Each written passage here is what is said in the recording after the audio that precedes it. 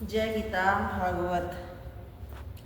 मैत्रेय जी ने विदुर से कहा कि जब राजा अंग बिना कहे रात को वन में चले गए, तब प्रातःकाल मंत्रियों को यह समाचार सुनकर बड़ा खेद हुआ और बहुत ढूंढने पर भी उनका कहीं पता नहीं लगा। राजा के बिना उस देश में चोर और ठग उपद्रव करने लगे। जब ब्राह्मणों और ऋषियों ने प्रजा को दुखी देखा और दूसरे किसी को राजा अंग के वंश में न पाया, तब लाचार होकर आपस में संपत्ति करके वेन को राजगद्दी पर बैठा दिया। वेन ने राज सिंहासन पर बैठते ही डाकुओं और चोरों को पकड़कर मारना आरंभ किया। उसके राज्य में चोर व डाकू नाम भी बाकी न रहा। अधर्म करने वालों उसके राज्य छोड़कर ऐसे भाग गए जैसे सांप के डर से चूहे भाग जाते हैं। जो राजा अपने देश का पैसा अंग को नहीं देते थे, वह लोग भी राजा वैन की आज्ञा का पालन करने लगे।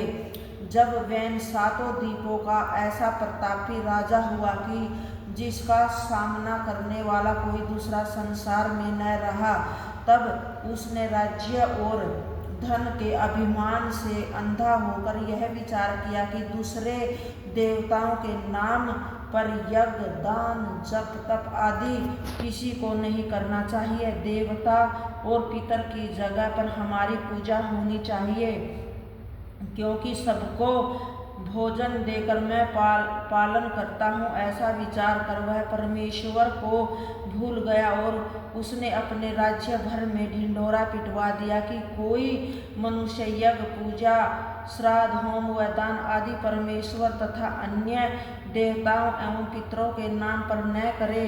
जिसको जो कुछ करना है वह मेरे नाम पर किया करे। जो कोई ऐसा नहीं करेगा उसको हम दंड देंगे। इस तरह ढिंढोरा पिटवाने के उपरांत राजा वैन अपनी सेना साथ लेकर दूसरे राजाओं के देश में दिग्विजय के लिए चला। जहाँ पहुँचता था वहाँ के राजा अनेक प्रकार की वस्तुएं भेंट देकर उससे मिलते थे। तब राजा वैन उनसे कहता था कि तुम हमारी आज्ञा मानो और अपने राज्य भर में आदेश करो कि कोई मनुष्य यज्ञ, दान, जप, तप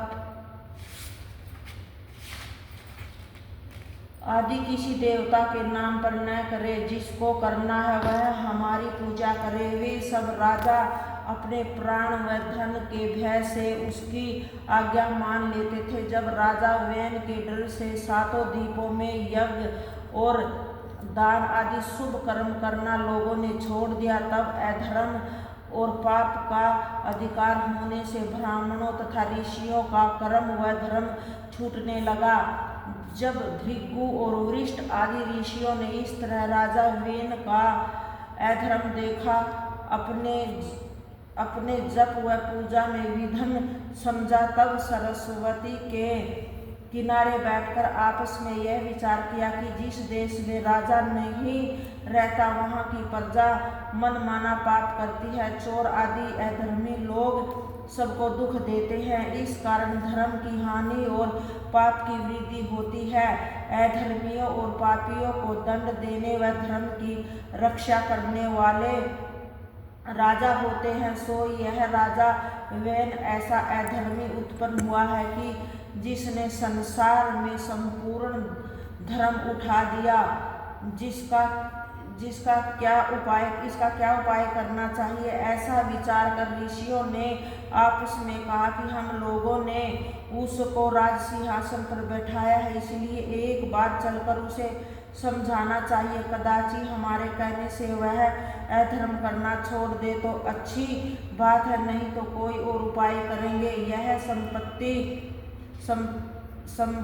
सम्मति करके भृगु और वशिष्ठ आदि बहुत से ऋषि व ब्राह्मण इकट्ठे होकर राजमहल पर गए। जब राजा ने दंडवत करके उनको बैठाया, तब ऋषि बोले, हे राजन, तुझे एक बात समझाने आए हैं। उसको अंगीकार करने में तेरा कल्याण है, नहीं तो नष्ट हो जाएगा। राजा ने पूछा, वह कौन सी बात है, कहो। तब ऋषियों ने कहा कि हे राजन, हम लोगों को तुम यज्ञ व तप आदि करने से क्यों मना करते हो? संसारिक मनुष्य को शुभ कर्म करने से मना करके कहते हो कि देवता और पितरों की जगह तुम हमारी पूजा करो। जय गीता भागवत।